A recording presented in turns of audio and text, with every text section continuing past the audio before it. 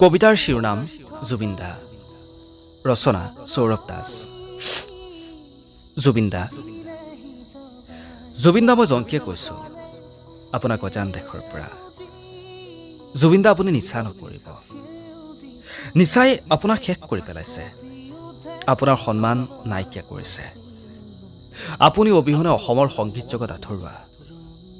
অসমবাসীয়ে আপোনাৰ চকুত দেখা পায় সংগীতৰ পুৱতি লৈ। একবিংশ শতিকাৰ পৰাই আপুনি বোৱাই আহিছে অসমত সংগীতৰ পুৱতি নৈ। আপোনাৰ কাষত নাথাকিলেও যে আজি যে অজান দেশৰ পৰা আপোনাৰ চকুত জিলিকি আছো মই জংকী হৈ। নকৰে যেন আপুনি নিচা।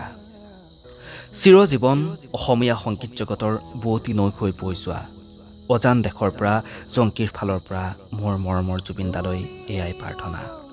ধন্যবাদ।